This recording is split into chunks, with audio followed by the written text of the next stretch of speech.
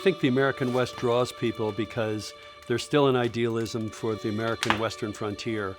People discovered Montana because it's almost the size of California and there's only 1 million people. So I think Montana is kind of one of the last big, wide open Western states.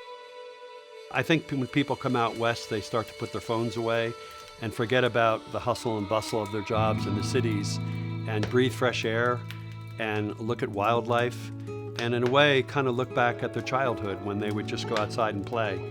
And the West is kind of a big playground for people. I think there's a yearning, particularly for people in the cities, to get fresh air, wide open spaces. They tend to decouple from the stresses of everyday life. Adults really have a little kid in them. When I was 10 years old, I had a dream of getting a ranch. I looked for 20 years, from 33 to 53, when I finally bought the ranch at Rock Creek. First, it was a private ranch just for my family and my friends. It really gives me a lot of joy to see people sharing what I love.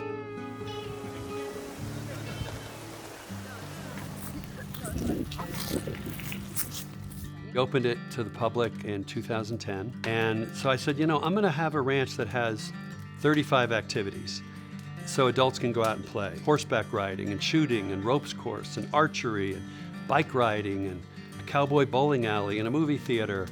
The idea of going to a resort and having a drink under an umbrella at the pool was not a great vacation. It wasn't very experiential.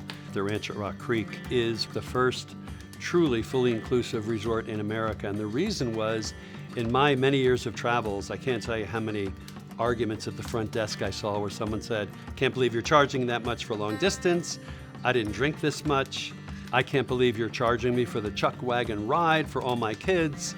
And I realized people don't like being nickeled and dimed. Once they get here, everything's included. The minibar, the tipping, the taxes, the activities, all the food, all the wine.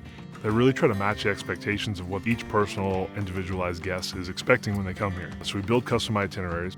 When they get picked up at the airport, they're picked up by one of our drivers, and that transportation is included. It's an hour-and-a-half drive here through beautiful Montana country along a couple different rivers and creeks. And they get on property, they get a drink, they get shown to their accommodation, and then jump into activities or our dining program pretty quickly. We've created a dining program that is 7 days a week, 7 different experiences based on historical context to how people fed themselves in Western Montana. Historically on a ranch, the cuisine was rooted in the landscape, both in your own property, your own ranch, but also in the community that surrounded you. Our role is to show Montana off. They're here for an experience. If they're gonna get that experience through fishing, through hiking, through riding a horse, they also need to laminate that experience through food and cuisine. Techniques are simple, our presentations are simple. We let this food speak, we let the flavors speak for what they are. And that helps create this sense of place for our guests.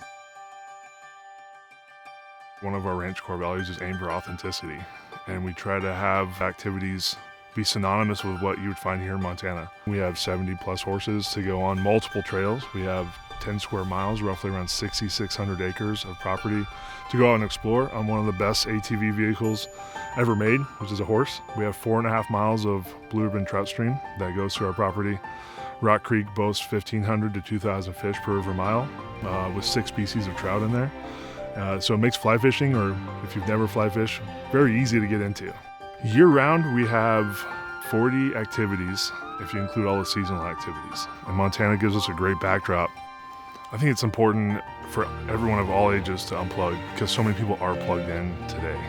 Getting out to Montana is a great place. Just release a lot of that pent up city energy, get the endorphins going, have a moment to connect with family, loved ones, and just hone in on nature. The ranch has a policy that when you're here, the mode of transportation is you walk or you ride a bike. So we have 350 bikes for all ages and sizes. If they have some condition, we would give them a golf cart to drive them. But during the day, as long as there's no inclement weather, everybody walks or rides a bike. The ranch has a feeling of a step back in time, and you're surrounded by wilderness, yet you're ensconced in luxury. The ranch has a variety of accommodations. We have covered wagons, we have cabins, we have 2, 3, 4, 5 bedroom houses. If you want to be very close to the main lodge, you can stay in the lodge. If you want some peace and quiet and you want to be a mile away, we have some beautiful tented cabins on the creek.